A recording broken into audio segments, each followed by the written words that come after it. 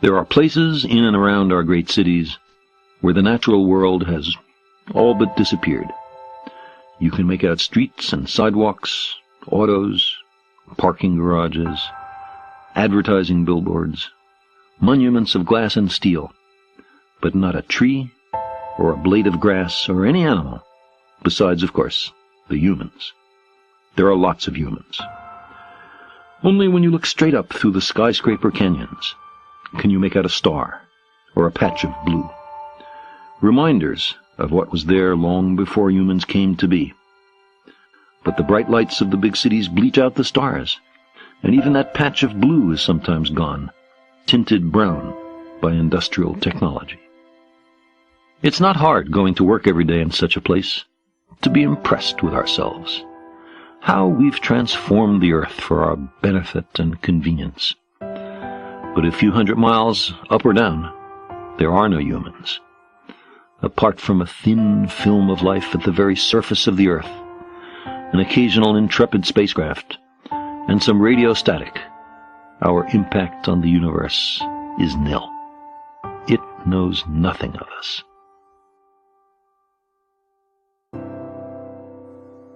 What? I sometimes ask myself in amazement. Our ancestors walked from East Africa to Novaya Zemlya and Ayers Rock and Patagonia. They hunted elephants with stone spear points. They traversed the polar seas in open boats 7,000 years ago. They circumnavigated the earth propelled by nothing but wind. They walked the moon a decade after entering space. And we're daunted by a voyage to Mars? But then I remind myself of the avoidable human suffering on Earth. How a few dollars can save the life of a child dying of dehydration. How many children we could save for the cost of a trip to Mars. And for the moment, I change my mind.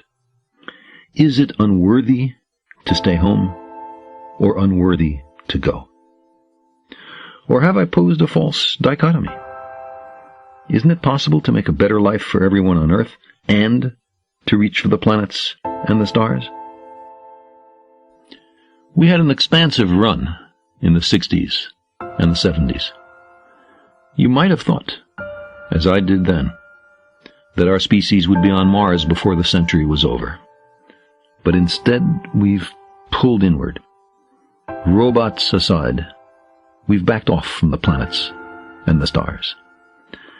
I keep asking myself, is it a failure of nerve or a sign of maturity?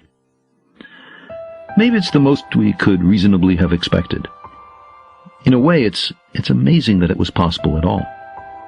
We sent 12 humans on week-long excursions to the moon, and we were given the resources to make a preliminary reconnaissance of the whole solar system, out to Neptune anyway.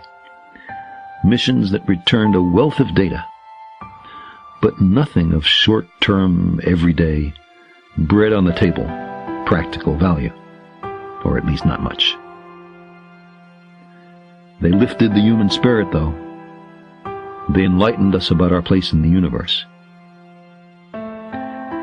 It's easy to imagine skeins of historical causality in which there were no race to the moon and no planetary program. But it's also possible to imagine a much more serious devotion to exploration, because of which we would today have robot vehicles probing the atmospheres of all the Jovian planets and dozens of moons, comets, and asteroids. There were many possible historical paths. Our particular causality scheme has brought us to a modest and rudimentary, although in many respects heroic, series of explorations. But it is far inferior to what might have been, and what may one day be. In more than one respect, exploring the solar system and homesteading other worlds constitutes the beginning, much more than the end, of history.